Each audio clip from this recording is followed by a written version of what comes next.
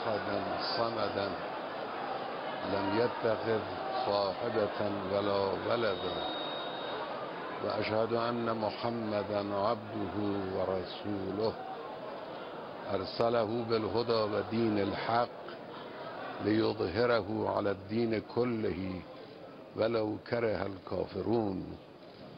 الله أكبر.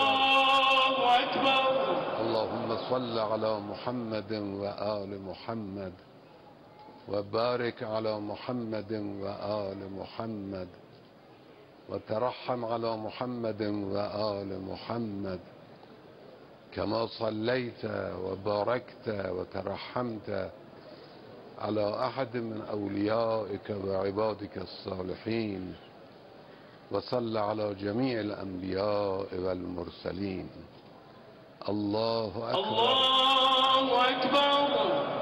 اللهم اغفر للمؤمنين والمؤمنات والمسلمين والمسلمات الأحياء منهم والأموات تابع لهم بيننا وبينهم بالخيرات إنك مجيب الدعوات إنك قاضي الحاجات إنك على كل شيء قدير.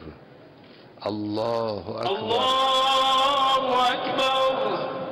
اللهم إن هؤلاء المسجين قدامنا عبادك وأبناء عبادك وأبناء إمائك نزلوا بك وأنت خير منزول به.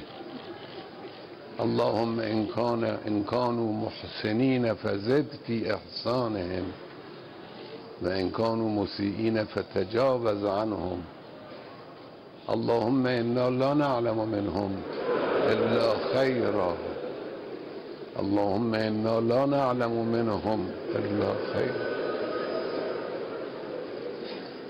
اللهم إنا لا نعلم منهم إلا خيرا وأنت أعلم بهم منا. اللهم إنهم وإنا لا نجيرهم لا يجيرنا منك أحد فلا نجد من دونك ملتحدا. اللهم اغفر لهم. اللهم ارفع درجاتهم. اللهم ارحمهم. اللهم احشرهم مع محمد وآل محمد. اللهم أعل درجاتهم في العليين وصل على محمد وآله الطاهرين. الله أكبر. الله أكبر. رحم الله من قرأ فاتحة مع الصلوات.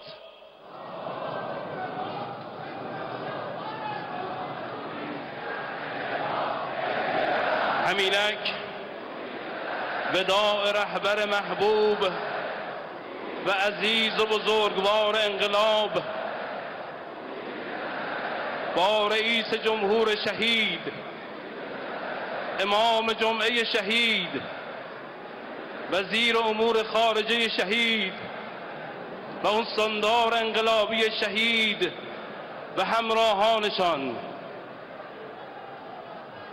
عرضه می داریم آقا جان سر شما به سلامت که شما نوح کشتیبان و امید ملت ایران و جهانید. همه با هم حسین